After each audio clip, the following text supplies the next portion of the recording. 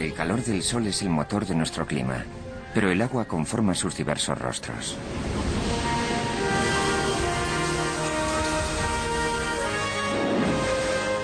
Soy Donald McIntyre. Me dispongo a seguir el recorrido del agua alrededor del planeta. De los océanos a las nubes, de las tormentas a las inundaciones, ya que quiero experimentar el asombroso poder que es capaz de desencadenar. Conoceré a personas que se han visto a merced de los climas más húmedos y salvajes del planeta.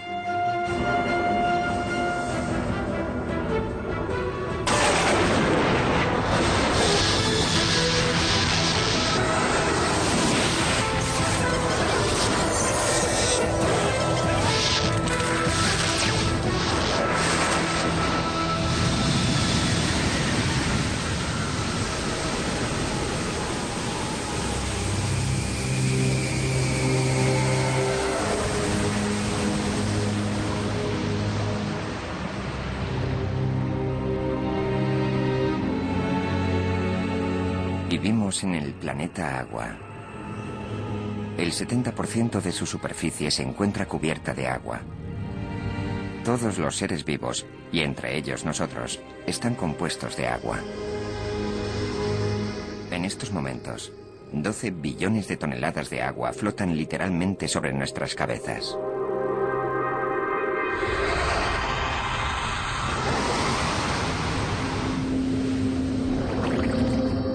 Y este es el elemento que realmente alimenta los fenómenos climáticos del mundo.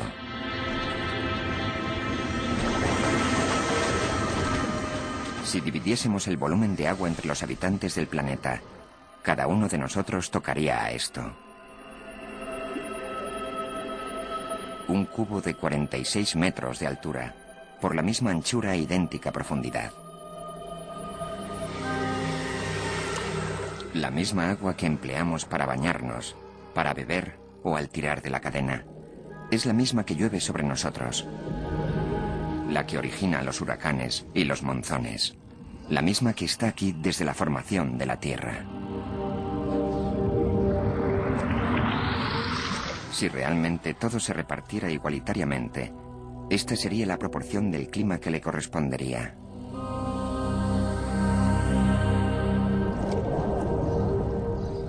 Esta es la misma agua que cayó en forma de lluvia antes de originarse la propia vida. Hasta hoy, posiblemente ha dado la vuelta al planeta más de 8 millones de veces. A continuación seguiré el ciclo que recorre su ración de agua alrededor del mundo. En el transcurso de este viaje, observaremos cómo se transforma para conformar todas las variedades climáticas de la Tierra.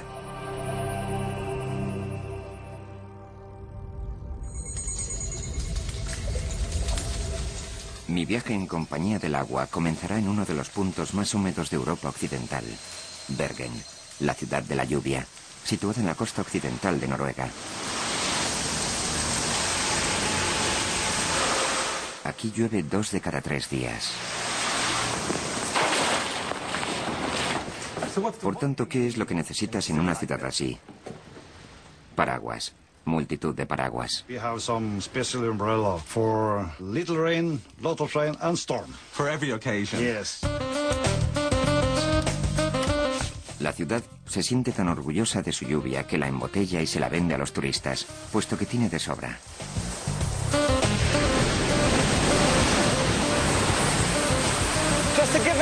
Para que se hagan una idea, ni siquiera plantándome aquí día y noche durante 16 años, llegaría a recibir sobre mí el volumen de agua que cae sobre esta ciudad en un solo año. Estas precipitaciones anuales equivalen al contenido de 400.000 piscinas olímpicas. Sobre el tejado de una vivienda unifamiliar de tamaño medio, llueve mensualmente la asombrosa cantidad de 18 toneladas de agua. Eso supone 225 toneladas anuales. Este lugar es húmedo de verdad.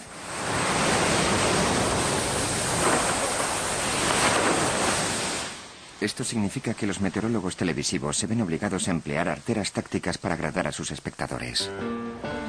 Les presentamos a una rubia.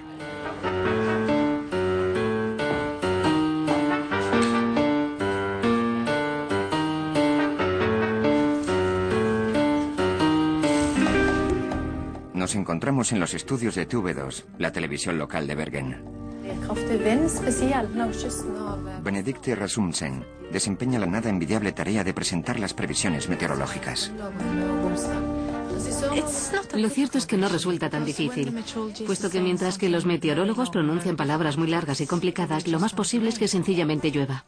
El periodo de lluvias más prolongado se dio en 1990, y lo sé porque lo acabo de comprobar. Aquel año estuvo lloviendo desde el 3 de enero hasta el 26 de marzo, lo que supone 83 días.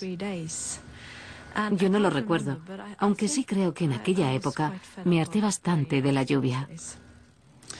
El pronóstico es una de las bellas artes. Benedicte, what's happening here? We're looking at the weather, how it's going to be tomorrow and the days ahead. And how's it looking for Bergen there? I'm not sure, but I think it's going to be a little bit rain, but it's not too bad. Okay.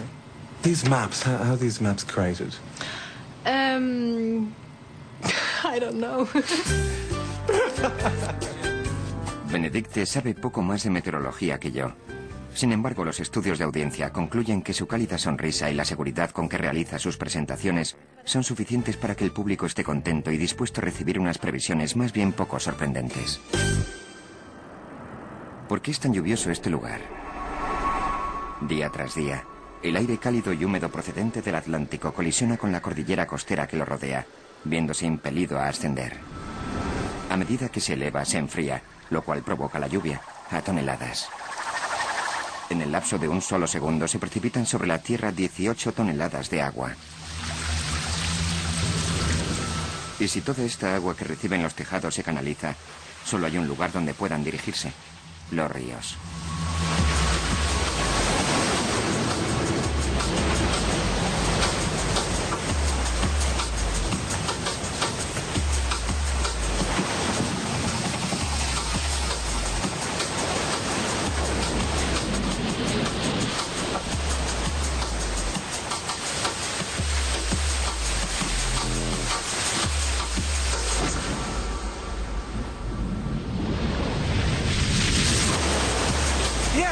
El agua que hoy cae en cascada a mi alrededor, ayer fue el chaparrón que cayó sobre Bergen. Antes quizá fuese un monzón que descargó sobre la India, o quizá estuviese en una taza de té en el Ritz.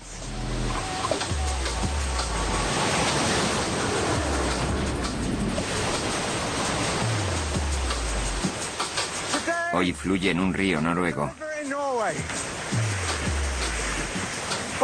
Para mañana habrá alcanzado el Mar del Norte. Después quién sabe a dónde irá y en qué se transformará.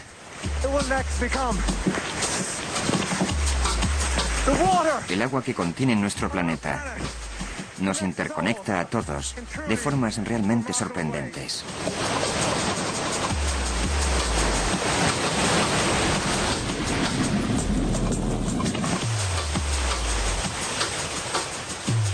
Toda el agua que discurre río abajo, hacia el Mar del Norte, está a punto de desembocar en una gran corriente oceánica que ejerce una gran influencia sobre el clima global. Seguiré su curso a fin de contemplar algunos de los climas más húmedos y salvajes de la Tierra. Sin embargo, para ver el lugar donde nace esta corriente, debo dirigirme al norte de Bergen.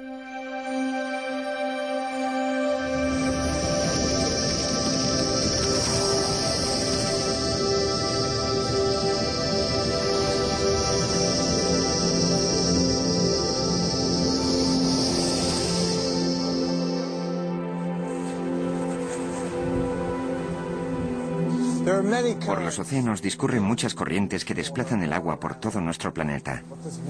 Sin embargo, en el Atlántico Norte fluye la corriente que constituye la correa de transmisión del clima. Se llama corriente termohalina. Todos los océanos del mundo están interconectados a través de la corriente termohalina. Esta interviene un milenio en realizar su recorrido de más de 110.000 kilómetros. Y en ese tiempo, el agua puede haber sido parte integrante de cualquier clase de clima, desde Escocia hasta el Serengeti. Se requiere una cantidad de energía descomunal para poner en marcha la tremenda maquinaria que es la corriente termohalina. De modo que, ¿cuál es su origen? ¿Qué le da el impulso inicial? Por supuesto, para comprobar su funcionamiento por mí mismo, debo descender bajo el casquete polar. El secreto reside en el punto de congelación de este océano.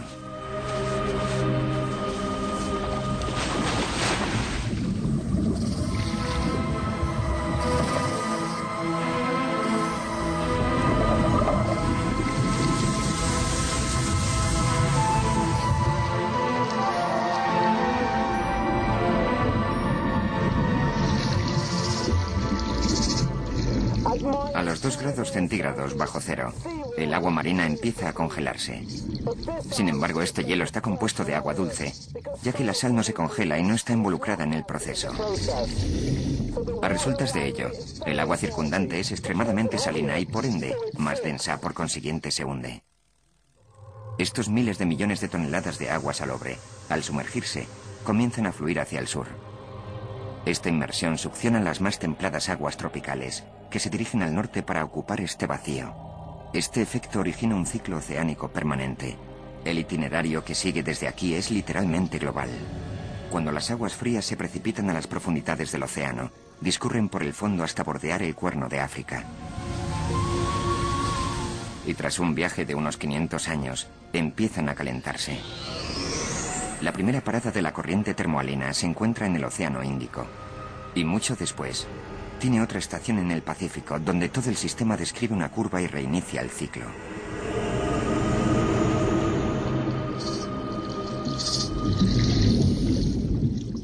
Resulta difícil concebir que la próxima vez que alguien vea el agua en Kenado será cuando emerja formando parte de una corriente cálida y bañe una playa en la India.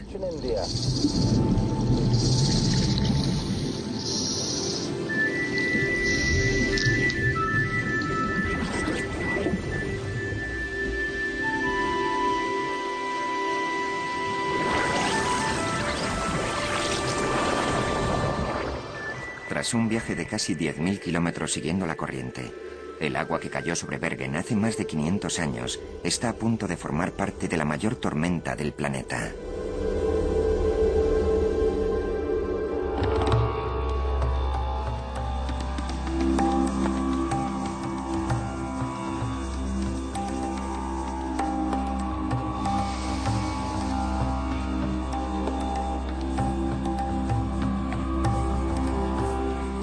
Hace ya meses que no cae una sola gota de lluvia en la India. La vida es casi insoportable. Bueno, casi. Pero el monzón está en camino.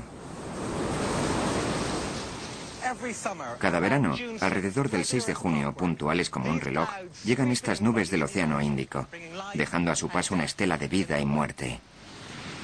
Su funcionamiento es muy sencillo. Durante la mayor parte del año, los vientos predominantes proceden del norte. Después, cuando el verano caldea el país, empiezan a ascender gigantescas columnas de aire caliente, y al hacerlo succionan el aire fresco y húmedo del mar. Cuando estas nubes preñadas de agua descargan sobre estas tierras, se desata la furia de los aguaceros monzónicos. Y esa nube significa el comienzo del monzón. A fin de averiguar lo que sucede ahí arriba, me acercaré a observarlo más de cerca. Me dispongo a hacer algo que, por lo que parece, jamás se ha hecho en el monzón. Ascenderé ahí arriba y experimentaré el calor y la humedad de los vientos monzónicos. Y para ello, tendré que saltar desde aquí.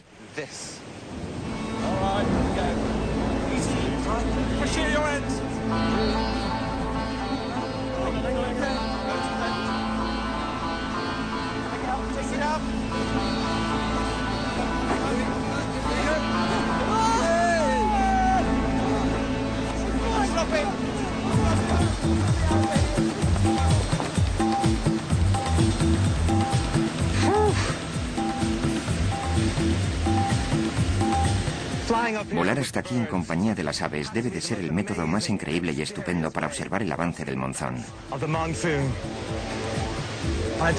En un día como este, atraviesan esta costa nubes cargadas con 75.000 millones de toneladas de agua, de la cual un tercio caerá en forma de lluvia.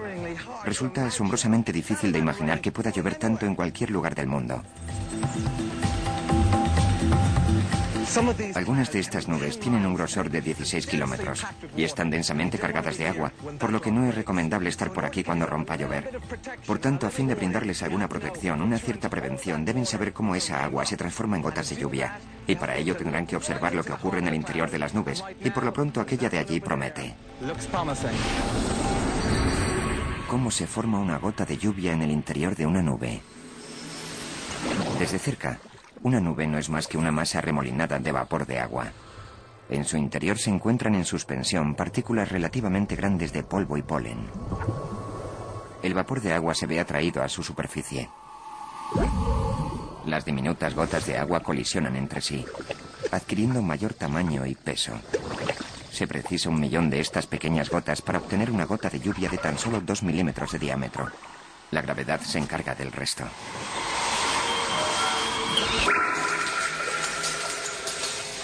Los aguaceros monzónicos son colosales. En solo unos segundos descargan varias decenas de milímetros de lluvia sobre el continente. Durante este breve periodo anual, el monzón transforma la vida de todo el mundo y proporciona un bienvenido alivio de las tensiones causadas por el calor abrasador.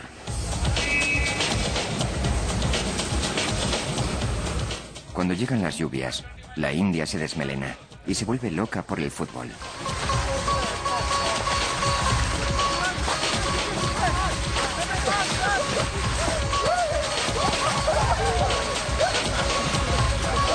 La lluvia ablanda los campos, por lo que resulta más fácil jugar sobre ellos.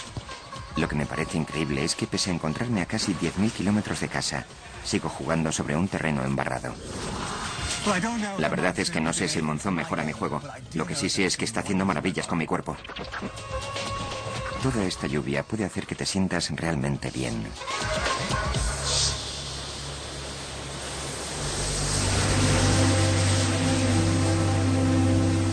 Cuando el agua cae por el aire, ya sea un aguacero, una cascada o incluso un chaparrón, unas pequeñas partículas que flotan en el aire, llamadas iones, se cargan negativamente. Esta carga las imanta, por lo que arrastran literalmente la suciedad y el polvo al suelo, purificando así el aire.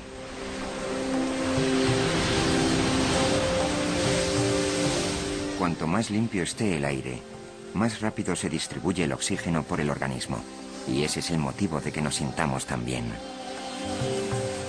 Por eso la mayoría de nosotros alumbramos nuestros mejores pensamientos bajo un chaparrón.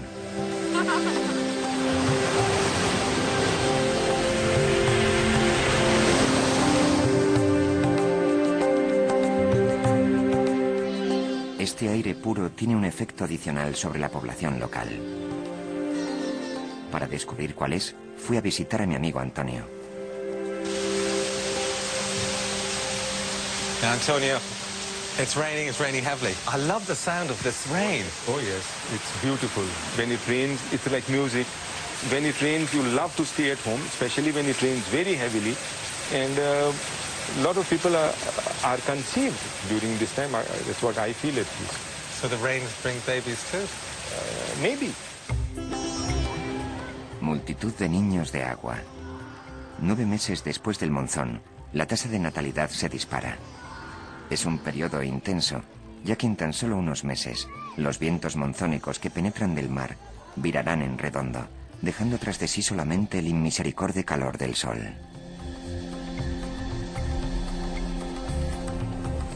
La India solo logra conservar el 10% de toda esa agua de lluvia. El resto abandona el país a través de los millares de ríos y arroyos que jalonan sus costas. En solo un segundo, estos vierten en el océano varios miles de millones de litros que vuelven a reunirse con la gran hacedora del clima, la corriente termoalina. El ciclo prosigue, esta vez de regreso al Atlántico. La corriente superficial, más cálida, solo necesita 50 años para volver al punto de inicio.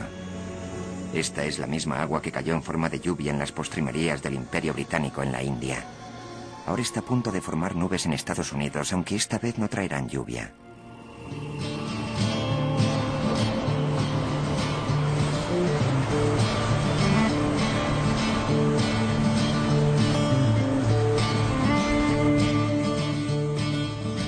encontramos en Texas, la tierra de los horizontes infinitos. Y si se fijan en estos campos de labranzas, imaginarán que aquí llueve copiosamente. Lo cierto es que apenas llueve. Las nubes sencillamente no hacen lo que se espera de ellas. En las nubes que flotan sobre Estados Unidos y Europa, las gotas de lluvia siempre empiezan siendo cristales de hielo. A medida que caen, se licuan. Sin embargo, aquí hace tanto calor y reina tal sequedad que la lluvia se evapora antes de llegar al suelo.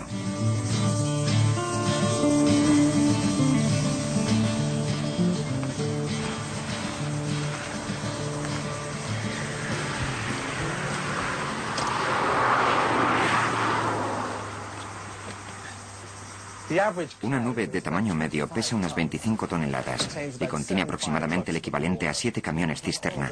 Pero no toda esta agua se convierte en lluvia. Una parte simplemente se evapora y una buena cantidad no dura más que unos minutos.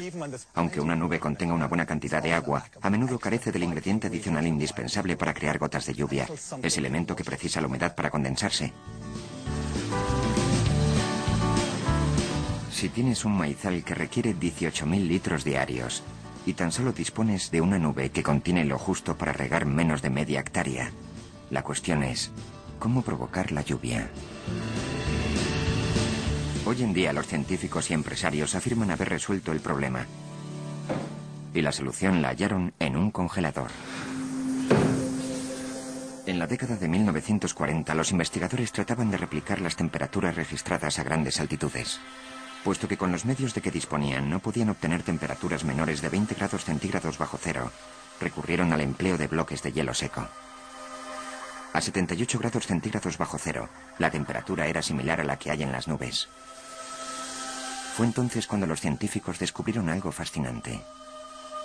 Al introducir el hielo seco en el congelador, repararon en que el aire circundante se enfriaba de tal modo que el vapor de su aliento se congelaba instantáneamente, formando diminutos cristales de hielo.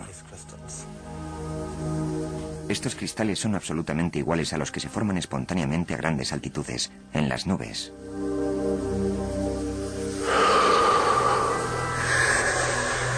Constituyen la semilla helada de una gota de lluvia natural. Las veo destellar y brillar. Es increíble, es increíble, increíble. Este descubrimiento fortuito hizo preguntarse a los investigadores si introduciendo cristales artificiales de hielo en las nubes, estas podrían producir más lluvia. Para comprobar si este procedimiento surte efecto, fui a consultar a los especialistas.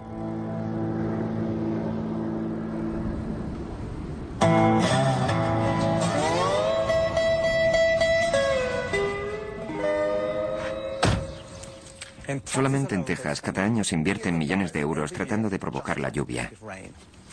Nos encontramos en la base aérea de Hondo, situada en el sur de Texas. No es que sea gran cosa, pero aquí se encuentra la sede de un pequeño equipo de la empresa Modificación del Clima, la mayor compañía del sector de la lluvia.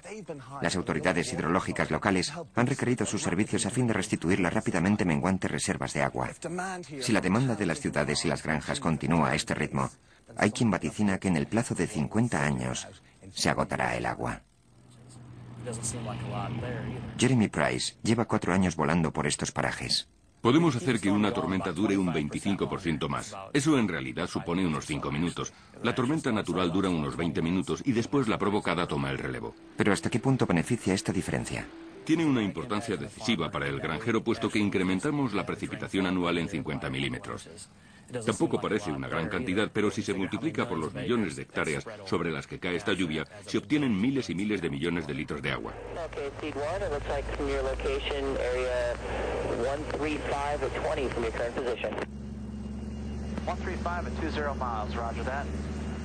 Lo que hacemos no es magia, hay mucha ciencia respaldándolo. No somos creadores de lluvia, no la conjuramos de la nada. Lo que hacemos es ascender, comprobar si ya hay lluvia e intentar incrementarla un poco más. En la zona de Texas, habitualmente por la tarde, comenzamos teniendo fuertes tormentas con aparato eléctrico. Ascendemos hasta las nubes y localizamos la corriente ascendente principal. Ahí es donde resultan más efectivos los productos químicos que empleamos. Cuando nos aproximamos buscamos la entrada a la corriente principal. La tormenta succiona aire y se alimenta con la humedad.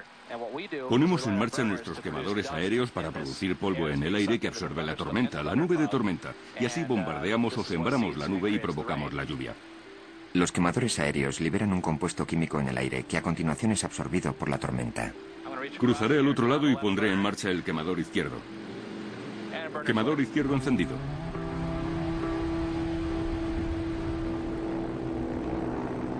Este método se conoce como siembra de nubes, y las semillas son pequeñas partículas de yoduro de plata, morfológicamente similares a los cristales de hielo.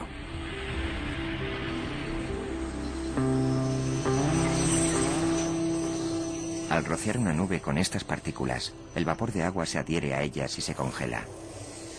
Su tamaño se acrecienta hasta transformarse en copos de nieve.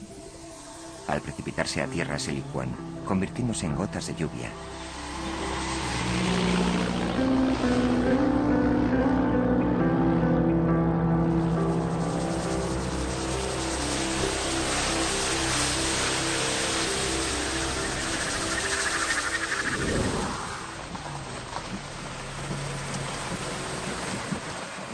Por más que llueva tras la siembra de nubes, sus detractores se cuestionan cómo sabemos que no habría llovido de todos modos. Los profesionales del sector de la lluvia son lo suficientemente inteligentes como para no proclamar la efectividad de sus técnicas más allá de la más mínima sombra de duda. No obstante, muchos clientes satisfechos están dispuestos a pagar. Y ello pese a que muchos científicos insisten en la inexistencia de pruebas concluyentes que corroboren la eficacia del sistema. Afirman que es inoperante. Pese a que la controversia continúa, los damnificados por la sequía consideran que al menos se está haciendo algo tanto si surte efecto como si no. Sin embargo, resulta irónico pensar que en esta bóveda azul flota enjaulada toda el agua que necesitan.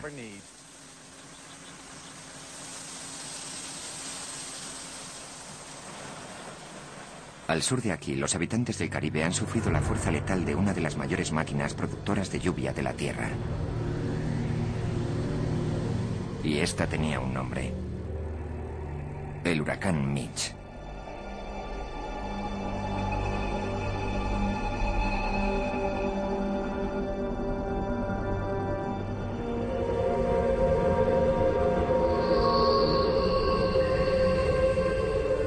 El Mitch nació el 21 de octubre de 1998 sobre las cálidas aguas cercanas al Ecuador. El sol calienta la superficie del mar, evaporando 1 billón de toneladas de agua diariamente. Pero una vez que toda esta agua se encuentra en el aire, ¿a dónde se dirige? A unos 600 metros de altitud, el vapor se enfría y vuelve a condensarse en forma de pequeñas gotas de agua. Este es el punto de rocío o punto de condensación. Se trata del momento en que se originan las nubes. Cada nube está compuesta por billones de gotas de agua. Empujadas por la corriente ascendente de aire cálido, se elevan en forma de nube. Si la temperatura del mar es lo suficientemente elevada, crecen hasta formar tremendas tormentas tropicales. El 22 de octubre de 1998 comenzó como cualquier otro día. En el Centro Nacional de Huracanes de Miami se recuerda como un día aciago. Frente a las costas caribeñas, en mar abierto, se estaba formando un importante sistema tormentoso. Una vez que se convirtió en una tormenta tropical, comenzó a desarrollarse muy aprisa. Durante varios días estuvimos siguiendo la evolución de este sistema de tormentas por el cielo caribeño, pero sabíamos que acabaría poniendo en peligro algún lugar del Caribe. La capital de Honduras, Tegucigalpa, vivía ajena a la tormenta que se encontraba en proceso de formación sobre el mar. Transcurría la temporada de huracanes, y en este punto del globo están acostumbrados a este fenómeno.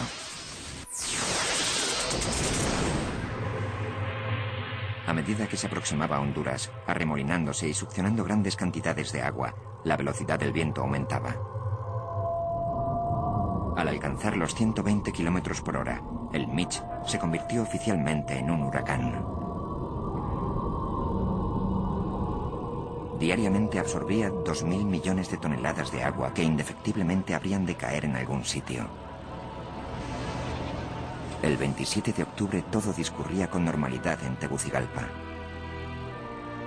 Manteníamos un contacto directo con las autoridades de previsión meteorológica de Honduras, Nicaragua, Belice, de toda Centroamérica, y sabíamos que el huracán era tan enorme que llevaría lluvia y fuertes vientos a toda la costa norte de Honduras, por lo que enviábamos los mensajes de alerta con unas 20 horas de antelación.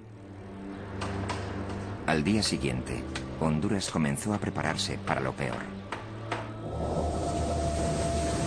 En alta mar, las aguas templadas del Caribe alimentaban el ciclo de evaporación y lluvia. Para entonces, el Mitch había alcanzado la categoría 5, la más dañina potencialmente de la escala de medición de huracanes. En Tegucigalpa, Pedro Fúnez y miles de ciudadanos como él se dirigían al trabajo.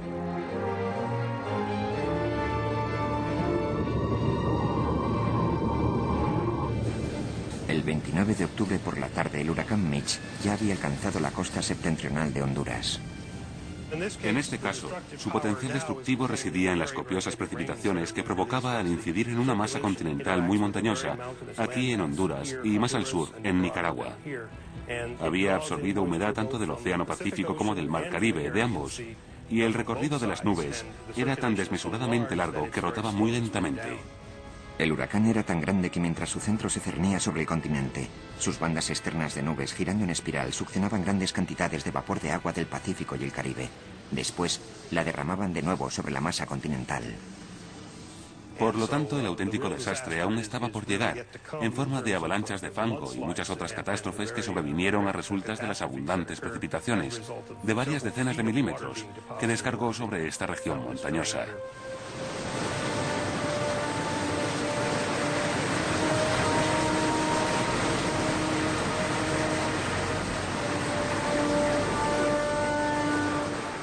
El agua que discurría con gran rapidez por las laderas fluyó hasta los valles, donde se encauzó debido al efecto embudo que estos provocaron, adquiriendo así una velocidad aterradora que lo arrasó todo a su paso. Los lugareños contemplaron horrorizados cómo la riada arrastraba a amigos y vecinos, así como barriadas completas.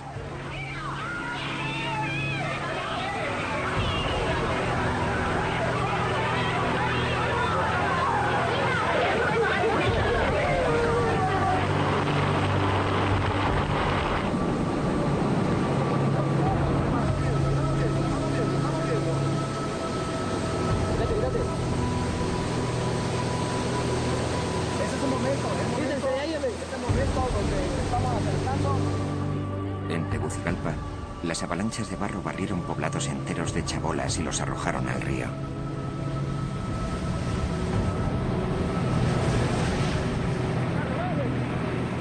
Una de aquellas viviendas pertenecía a Pedro Fúnez, y esto es cuanto quedó de ella. Comenzó a sentirse llanto, lamentación, la demás gente comenzaba a gritar, porque esto fue rápido. En un abrir y cerrar de ojos fue. Cuando ya quise accionar ya era muy tarde, ya llegamos hasta el borde del barranco. Fue una muerte, creo yo que para ellos fue rápida. Cuando el barranco se desmoronó, Pedro perdió a toda su familia.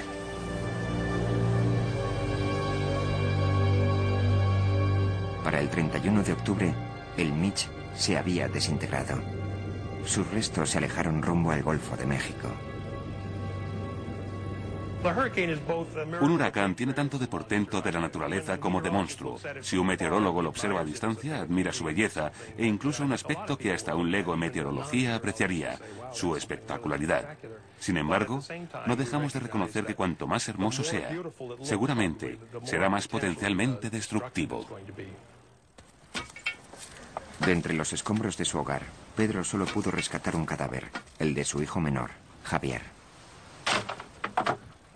Desde lo alto de una tranquila colina que domina la ciudad, los supervivientes presentan sus últimos respetos. Quiero pedirte pues que... Un día Dios me lo dio.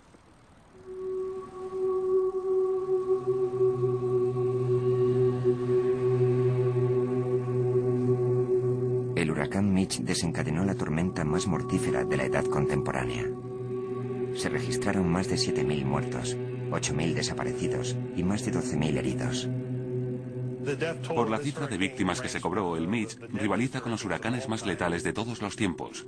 Desde luego fue un verdadero cataclismo y esperamos que jamás vuelva a repetirse. Todo un país quedó casi completamente arrasado por uno de los huracanes más intensos que el mundo ha conocido.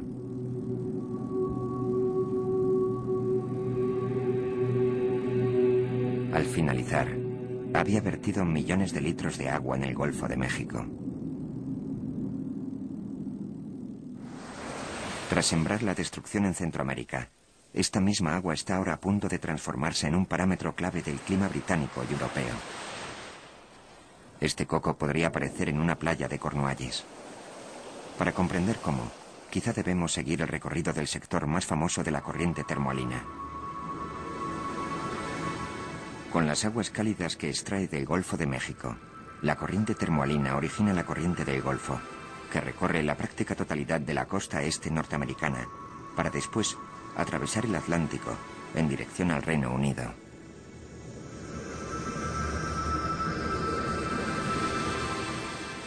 Su temperatura supera en 10 grados centígrados a la del mar que la rodea, por lo que caldea el aire que se encuentra sobre ella. Después, los vientos transatlánticos del oeste desplazan todo ese aire húmedo y cálido hacia Europa. Por increíble que parezca, este tremendo río oceánico de aguas templadas confiere a Gran Bretaña e Irlanda ese clima húmedo y suave que tanto apreciamos.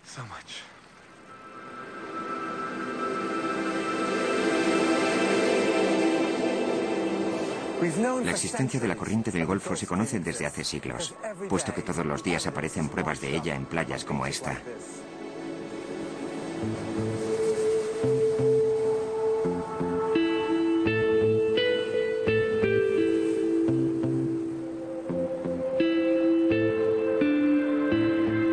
Nick y Jane Dirk son raqueros o rebuscadores de playa profesionales y visitantes habituales de Cornualles. Tras cada tormenta siempre los encontrará rastreando la línea de pleamar. Hello. Hi. These are seeds which we found. And where's this from? From Central South America. It probably grew in one of the rainforests, came possibly down the Amazon into the sea. La corriente del Golfo llegó incluso a traerles un regalo de Honduras. 6 meses después del huracán Mitch, recogimos un gran número de semillas, sobre todo en esta playa. Entre 400 y 500, todas de diferentes especies y procedentes de Sudamérica, siguiendo la corriente del Golfo. Todo el mundo rebusca. We get lobster tags from Newfoundland, from Canada. This one from Newfoundland, which we know took 14 months to cross. So you've tracked this tag? Yes. You can see the year, 99, lobster, Newfoundland, and the serial number. And from the serial number we're able to trace the fisherman. En algunas etiquetas aparece el número de teléfono, así que llamo y les cuento que alguno de sus bártulos ha cruzado el Atlántico y ha alcanzado nuestras costas. Siempre se quedan absolutamente atónitos.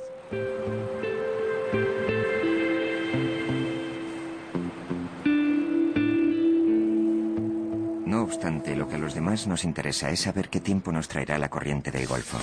It's very cold all day Sunday. It does look like it's going to be pretty wet across southern areas, but for northern parts it'll be dry, bright, with spells of sunshine. That's it. Sophie, Jeremy, back to you two. Al servicio meteorológico de la BBC no le resulta sencillo predecir el tiempo ni por supuesto la lluvia. La corriente del Golfo no es el único parámetro del clima. Recibimos informes provenientes de algunos barcos y boyas. Hemos plantado boyas en el Atlántico, boyas meteorológicas estacionarias. Helen Willets, meteoróloga, trata de explicarme qué otras fuerzas contribuyen a la humedad del clima británico. The British Isles, being in the middle of the Atlantic, surrounded by water, it's affected by lots of different air masses that attack it, so to speak. So you've got air coming in from the poles, that's a cold direction, and also we get some tropical continental air coming in off the warm continent in the summer in particular. You get warm, dry weather. Morocco, absolutely, Spain. Okay. That's right. And also we get our main weather on this, what we call tropical maritime air mass, which is a warm source of air coming right the way over the Atlantic. No land in between, picks up lots of moisture, therefore dumps quite a lot of rain over the British Isles. Es complejo. ¿Con qué frecuencia aciertan en sus pronósticos? And weather forecasters aren't always famous for getting it right. We always feel that you always get it wrong. Well, I think, there's quite a bit of prejudice, and people will always remember when we get it wrong. They don't really praise us for when we get it right. We actually do get it right 6 days out of 7, which is about 85% for mathematicians. Sin embargo, no dejan de darse esas extrañas ocasiones en que yerran estrepitosamente. En octubre de 1987 se produjo una de ellas. Earlier on today, apparently a woman rang the BBC and said she heard that there was a hurricane on the way. Well, if you're watching, don't worry, there isn't. Pero aquella noche, un viento huracanado con rachas de hasta 145 kilómetros por hora azotó el sur de Inglaterra, infligiendo cuantiosos daños. Incluso los cielos británicos pueden provocar fenómenos meteorológicos de primera categoría.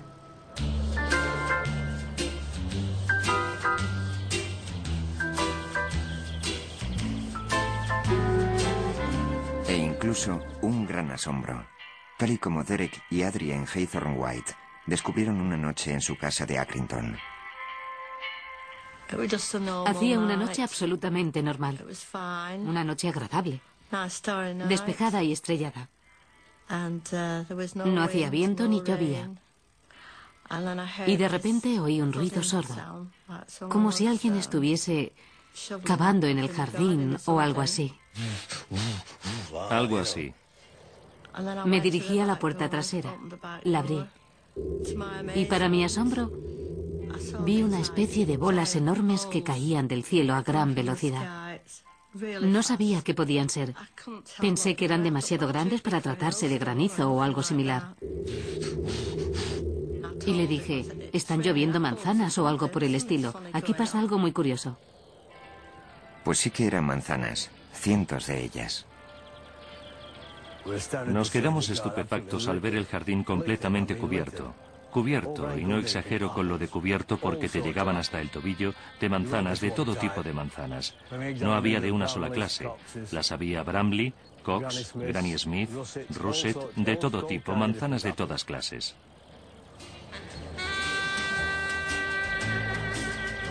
La única teoría plausible acerca de las manzanas de Accrington aventura que los vientos espirales de un tornado podían haberlas succionado hasta la atmósfera.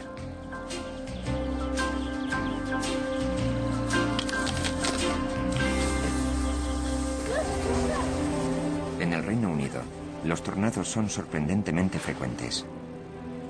De hecho, se producen tantos como en Estados Unidos. Sin embargo, los tornados británicos son de menor entidad y raramente provocan daños. La intensificación de la humedad y los rigores climáticos provocan efectos devastadores en Gran Bretaña. No obstante, el auténtico peligro no reside en la cantidad de fenómenos, sino en su velocidad.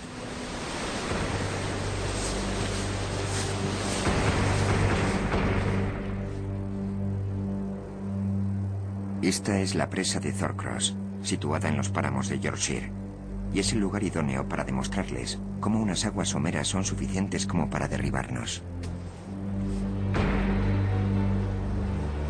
La fuerza del agua siempre nos sorprende, como pudieron comprobar este niño y sus salvadores.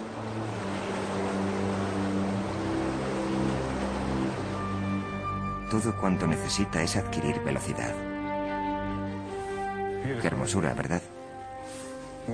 Millones de toneladas de agua. Un poderío que aguarda para desatarse.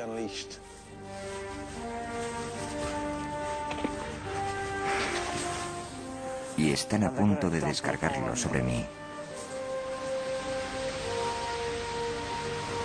Aidan, a few minutes ago I was wondering why there were 4 divers here, a couple of stunt coordinators, safety men and wires and pulleys, and then I saw that.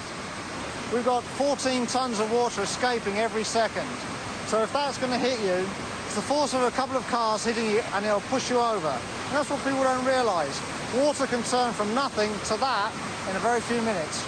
So try and fight it is impossible. Even a metre deep, once it gets above your knees, that's it, you're finished.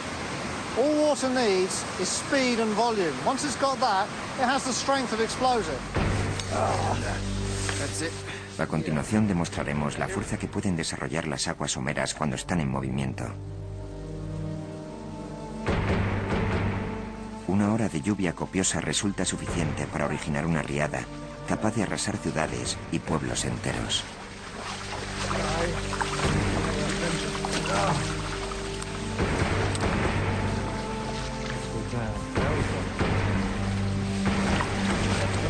Good luck. Thanks. See you later.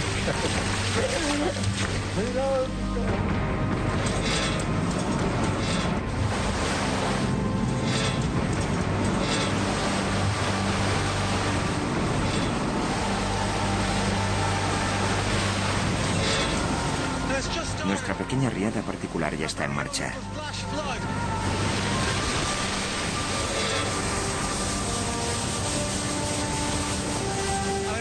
Y tiene un aspecto amenazador. Da bastante miedo.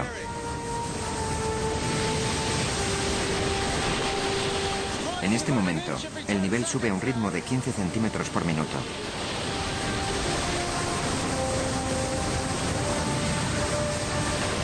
Ya resulta muy difícil mantenerse en pie. Veré si puedo sostenerme un par de segundos más, pero creo que es una causa perdida.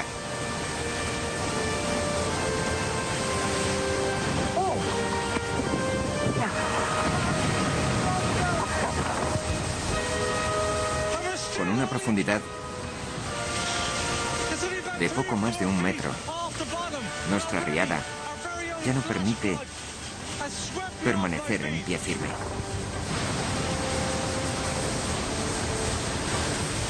Ya ni por asomo puedo nadar a contracorriente por mi cuenta.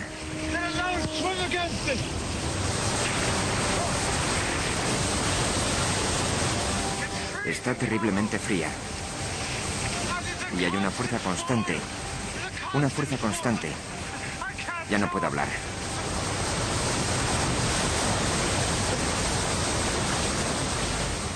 El agua estaba tan fría que había perdido la sensibilidad de las manos y los pies, pero me dejó asombrado la potencia que pueden llegar a desarrollar unas aguas tan solo 1 metro de profundidad. De haberse tratado de una situación real, no lo habría contado.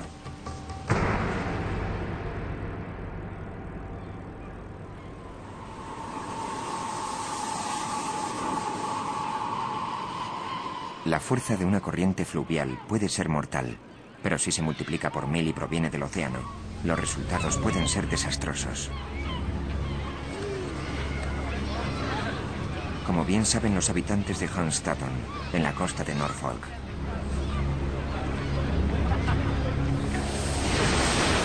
El 31 de enero de 1953, una fuerte tormenta invernal arribó desde el océano y azotó las costas septentrionales británicas. El temporal se introdujo por el extremo norte de Escocia y se dirigió al sur.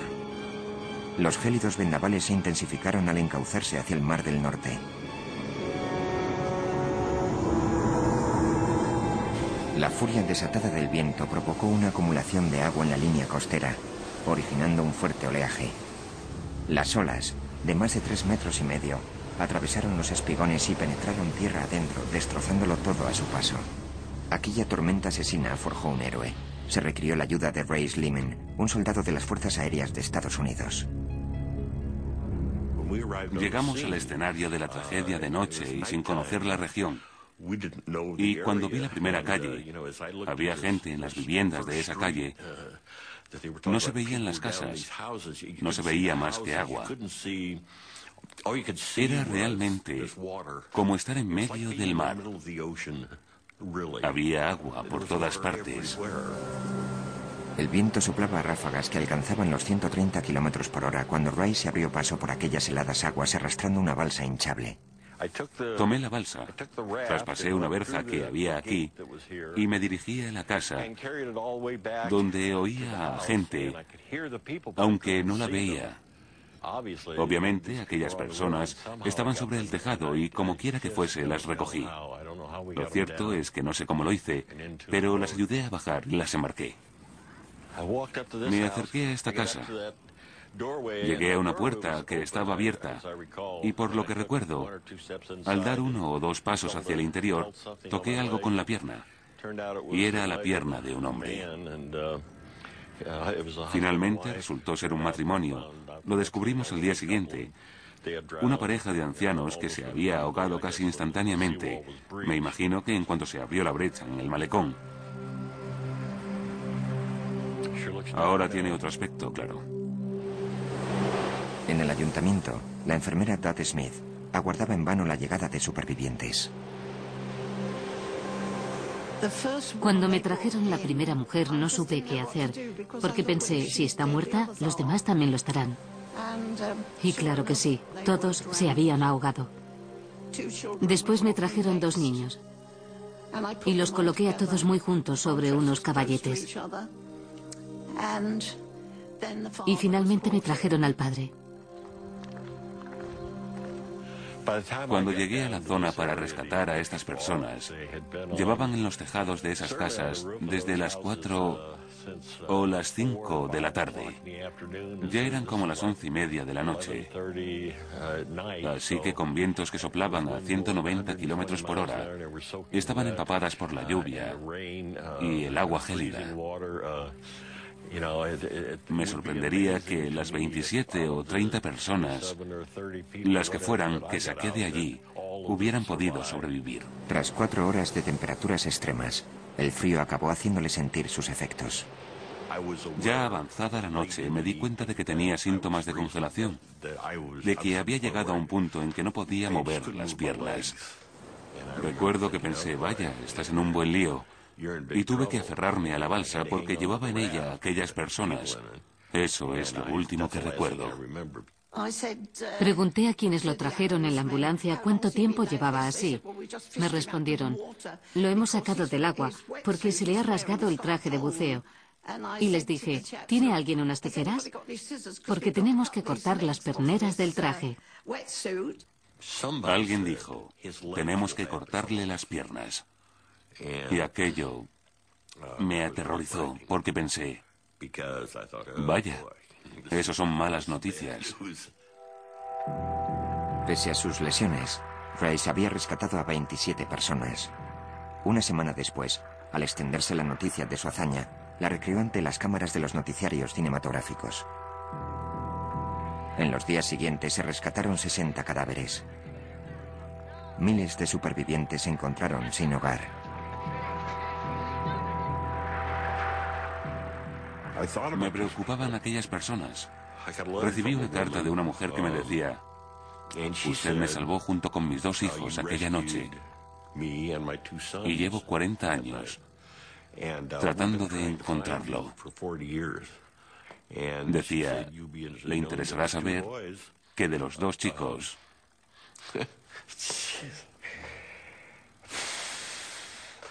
De los 2 chicos, uno de ellos se licenció en Cambridge y actualmente es profesor allí. Y el otro se licenció en el Instituto de Tecnología de Massachusetts y ahora es profesor de matemáticas en ese mismo centro. No está mal, ¿verdad? No volví a ver a Rhys.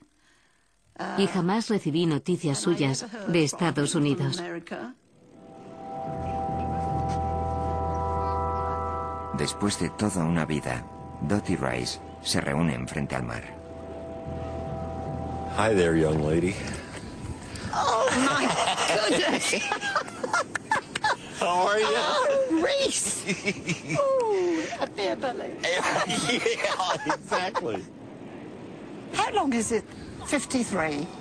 53. 53. Yeah, when you were 19. Yes. And a slim little boy. Slim little skinny kid. Yeah, I know how skinny you were because I took all your clothes off. Yes, I know. and you cut my pant legs.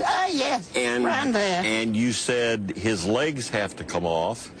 I did not. I said the legs have got to come off. Right. Which meant the legs of the wetsuit. Exactly.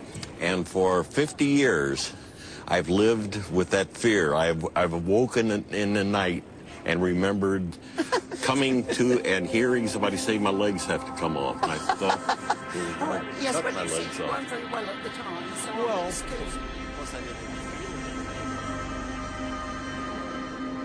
Los recuerdos aún atormentan a los supervivientes, tanto como la impresión que les produjo la increíble furia de los elementos aquella noche. Alimentados por el agua, En sus diversos estados, los fenómenos atmosféricos pueden deparar la vida o la muerte. El huracán Mitch arrasó todo un país, mientras que el monzón hace resucitar a la India. El constante ciclo del agua que fluye a nuestro alrededor y en nuestro interior da vida al clima que dicta nuestras vidas.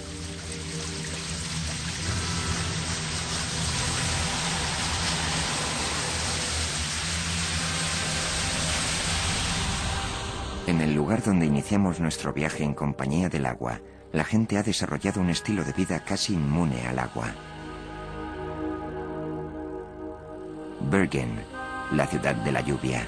En la emisora de la televisión local, Benedicte no deja de sonreír mientras ofrece el parte meteorológico.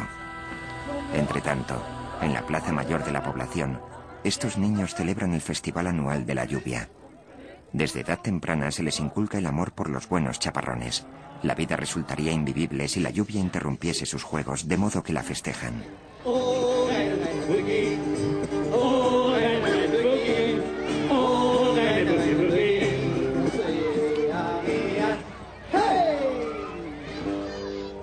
Sin embargo, hoy hay algo que falla. No llueve. Su sed de lluvia es tal que el cuerpo de bomberos de la localidad tiene que entrar en acción. En Noruega tenemos un refrán que dice: el mal tiempo no existe, solo la ropa inadecuada. Es decir, en un día lluvioso, la pequeña rica de 4 años se lo pasa estupendamente. No importa el tiempo que haga, están acostumbrados. La clave para vivir en el planeta agua es aprender a convivir con ella, a amarla. De no ser por el incesante ciclo del agua en su recorrido por la Tierra, la vida no existiría. Ni el clima, ni los días soleados, ni los juegos bajo la lluvia.